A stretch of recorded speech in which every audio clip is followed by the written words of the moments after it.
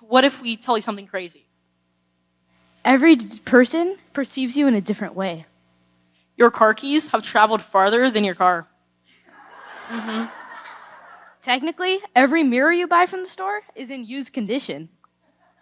The objective of golf is to play the least amount of golf. The story of Jonah really isn't about the fish.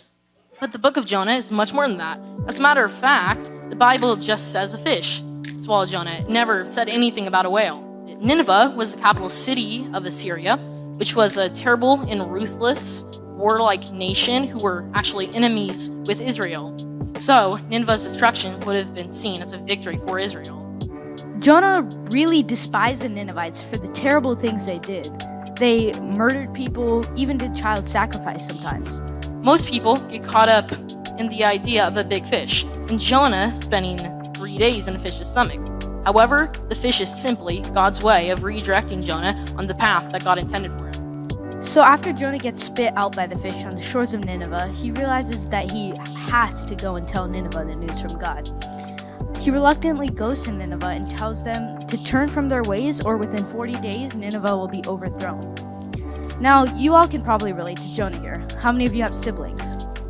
Now, how many times have you been forced to say sorry to a sibling you really didn't feel sorry for?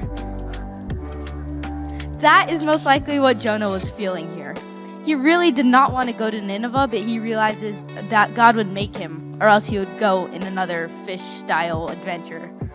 After the Ninevites hear what Jonah say, they turn from their wicked ways and become actually a good nation. Jonah gets really mad at this because God gives them mercy and doesn't give them the destruction he promised.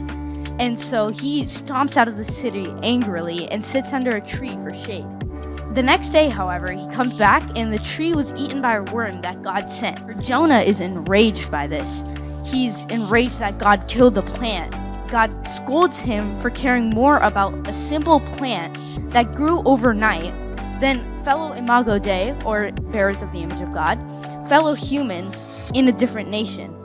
So you might be asking, what's the point? Well, the real purpose of Jonah was to show our stubbornness as humans. The book of Jonah invites readers to consider God's compassion and mercy to extend towards us and our enemies. It also shows us that God's sense of justice is greater than ours, and we should never judge other people. In a way, we are all kind of like Jonah, wanting to do our own thing, even if our own thing is worse in the long run. A lot of times, we as humans think that we know everything, maybe even more than God. But God is all-knowing and all-powerful. So even if your ideas might help you and others in the short term, they might harm you and others in the long term. The Lord's ideas always help others and ourselves way more.